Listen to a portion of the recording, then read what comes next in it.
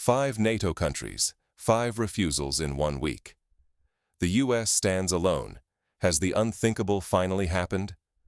For the first time in 75 years, key Western allies have turned their backs on Washington. Spain, France, Italy, Portugal, and the UK, all longtime US partners, closed their airspace to American military planes heading to the Middle East. In days, the unity of NATO and the European Union, built since World War II, unraveled before our eyes. It began quietly, with rumors, but quickly escalated. Spain's defense minister refused to let U.S. forces use Spanish bases or airspace for any Iran-related operations. France blocked U.S. military flights carrying weapons to Israel. Italy expelled U.S. forces from a key Mediterranean base. Portugal closed its air corridors. Even Britain, America's closest ally for decades, declared, "Live on TV. Britain is not your soldier." Then, Donald Trump stunned Brussels. He told NATO allies, "We're not coming to help anymore. Learn to fight your own wars. Get your own oil." For years, Trump's talk was dismissed as bluster. But now, after just 1 week, it's reality.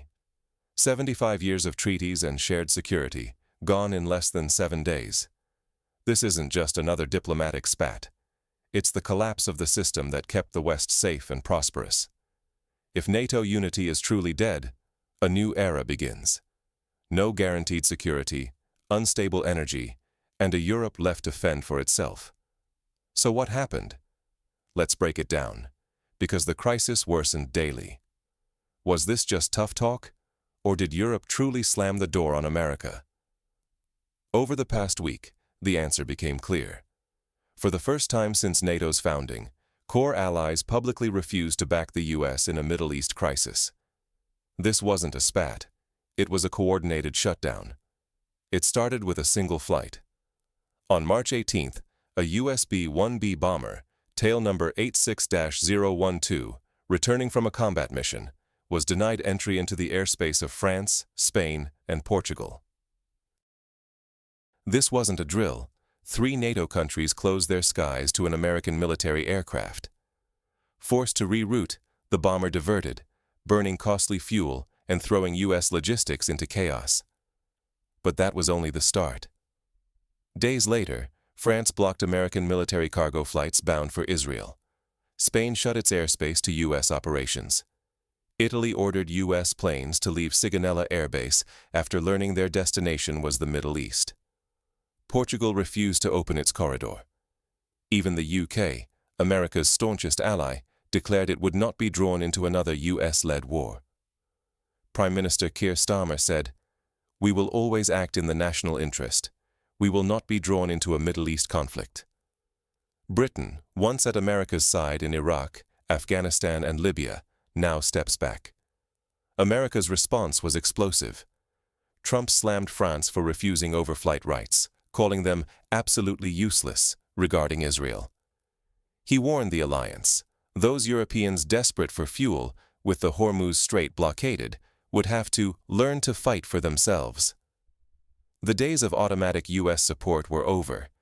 Even Marco Rubio, a longtime NATO supporter, shocked Washington, telling Al Jazeera that if NATO only works when the U.S. defends Europe, but Europe refuses America basic support, then the alliance is not a deal at all. Rubio called for a fundamental rethink of U.S.-NATO relations after the Iran war. This wasn't just Trump rhetoric. This was the collapse of the last bridge between Washington and European capitals. On the ground, fallout was immediate. U.S. bombers were rerouted, causing logistical chaos and soaring costs. Critical supply lines for energy and military readiness are now at risk. For the first time, America truly fights alone. 5 core NATO countries, Spain, France, Portugal, Italy, and the UK, actively or passively blocked U.S. operations. The alliance failed its simplest test: help unblock the strait delivering your own oil. The answer was no. Is this a one-off standoff, or the first crack in the post-war world's foundation? Is it the end of an era we've all taken for granted? Why did Europe risk breaking with the US now, and what are they so afraid of?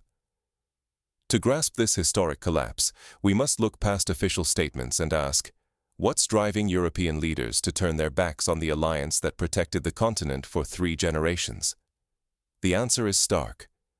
European leaders aren't acting out of grand strategy, but fear of their own voters. A war in Iran is deeply unpopular across Europe.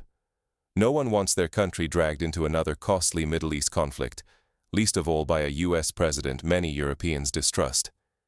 Today, it's not Trump, Russia, or Iran that frightens European leaders most. It's their own electorate. One wrong move, and they risk losing power.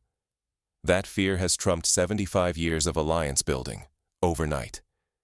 Even the UK, America's closest European ally, refused to stand by Washington. For decades, Britain answered every US call: Afghanistan, Iraq, Libya. Not now.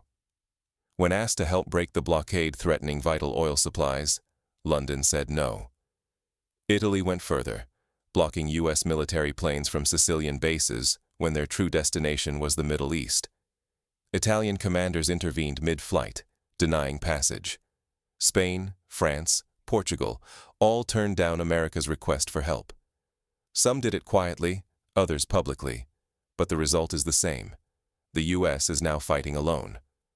Marco Rubio, a strong NATO supporter, admits the alliance can no longer be taken for granted.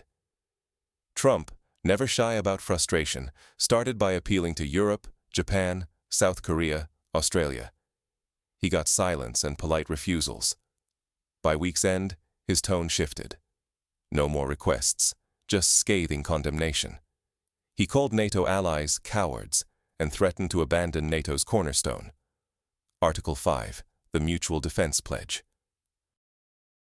For the first time, a U.S. president signals that American security guarantees can't be relied upon.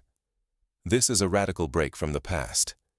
The unity forged after World War II is dissolving, not from an external enemy, but because leaders prioritize political survival over long-term interests.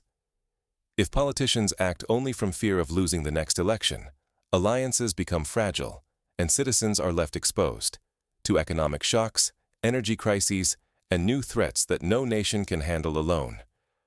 But the crisis isn't limited to NATO. As the alliance crumbles, the European Union is paralyzed from within.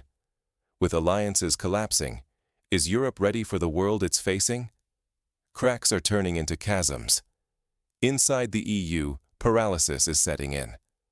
Leaders who once promised unity can barely agree on anything, from sanctions on Russia to aid for Ukraine. This week, EU Foreign Affairs Chief Kaja Kallas, who once called for maximum pressure on Moscow, admitted, "I don't have good news." No update on the €90 billion credit for Ukraine. Deadlock on sanctions. That's the state of the EU, in one sentence. And it gets worse. Slovakia's Prime Minister, Robert Fico, didn't just criticize the EU Commission. He accused Ursula von der Leyen of colluding with Zelensky against EU members. He questioned whether the Commission was incompetent or working against its own people. Fico threatened to block the 20th round of sanctions on Russia, veto Ukraine's EU application, and introduce dual pricing for diesel. One price for Slovaks, a higher one for foreigners.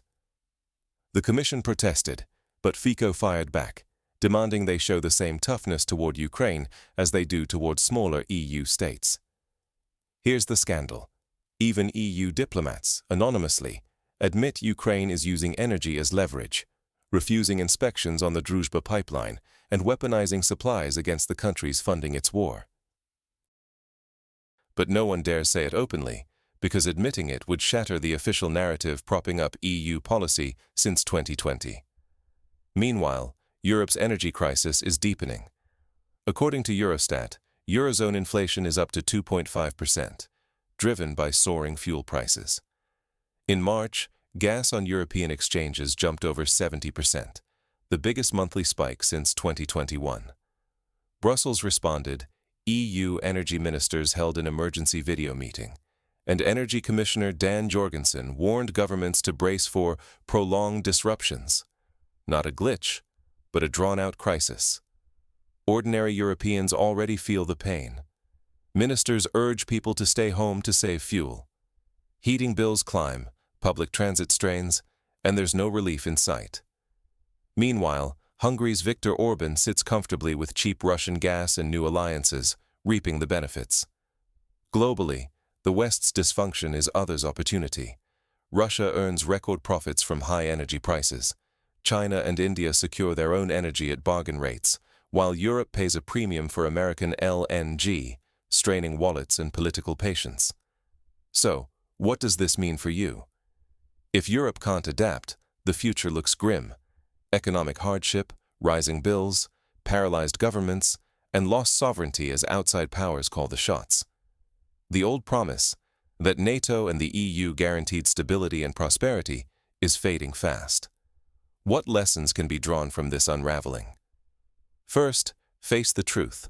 The foundational deal that held the West together, America protects, Europe pays, is over. The U.S. president says plainly, "Drill your own oil, learn to defend yourselves. We won't be there next time." This isn't just tough talk, it's the end of a system. The alliances we took for granted, they don't work anymore. While officials scramble for emergency meetings and urge us to fly less and stay home, real solutions start with recognizing our vulnerabilities. For ordinary people, this means bracing for higher energy costs, disrupted travel, and inflation eating into paychecks. It means being ready for a world where governments can't guarantee cheap gas or basic stability. The era of comfort, powered by American security and Russian energy, is over. Now, every household and voter must understand, ignoring economic and security realities leads to crisis. So, what are the strategies? First, energy self-sufficiency is essential. Countries with stable, long-term energy deals, like Hungary under Orban, aren't panicking. Orban sits with cheap gas, unwavering policies, and strong allies, not because he followed the crowd, but because he made consistent, strategic choices. He built real partnerships and prioritized resilience over ideology. That's why, while others scramble, Orban waits, prepared. Second, genuine alliances, regional, bilateral, or even unlikely ones, must replace the fantasy of a united, all-powerful West. Only real commitments matter. Finally, leaders must be held accountable. The days of chasing popularity with slogans while neglecting defense and energy security are over. When politicians ignore basic needs for ideology, ordinary people pay the price. If we don't adapt, we'll face bigger shocks, more chaos, higher prices, less security, and a future where every crisis catches us unprepared. The system that once guaranteed peace and prosperity is gone. So, what's next? Europe's leaders chose political safety over alliance. Now everyone pays the price. This isn't just another diplomatic argument. It's the end of certainty as we've known it. We're watching the collapse of the Western post-war order in real time. As Germany's chancellor can't keep promises, European diplomats admit there's no good news, and the U.S. president bluntly tells allies, "Pump your own oil, defend yourselves, we're not coming to help." A week ago, it still seemed possible the cracks could be patched. But that was wishful thinking. What's dying now isn't just a political agreement. It's the entire system that let America shield Europe, allowed money, energy, and stability to flow. A system many took for granted. Trump may have delivered the final blow, but he wasn't alone. For years, European governments cut defense budgets and poured money into pet projects, convinced security was someone else's job. When crisis hit, those leaders could only say, "This isn't our war." Now, consequences are everywhere. Runaway inflation, gas prices up 70% since last month, empty promises, and a continent forced to sit in the dark rather than buy cheaper energy. Europe's story was one of unity and shared purpose. Now, it's division and drift. While von der Leyen talks of sacrifice and Scholz keeps silent, the reality is harsh. Europe doesn't set the agenda anymore. Power shifts to those with energy, armies, and the will to use them. Russia earns billions from oil. China and Iran control goods and energy. India buys from whomever it wants. And Europe? Europe waits in line for expensive American gas and pretends it's still in charge. Here's the danger. If we treat this as another rough patch, we surrender our future to those ready for the new world. Complacency means giving up power, prosperity, and security to those better prepared and willing to act. The old guarantees are gone. The world has changed, and pretending otherwise is a luxury we can't afford. Stay informed. Watch what your leaders do and don't do. Demand accountability and real answers, not slogans. No one else is coming to save us. The era of automatic alliances is over. The new order is here, and the choices we make now will decide if we adapt or become irrelevant.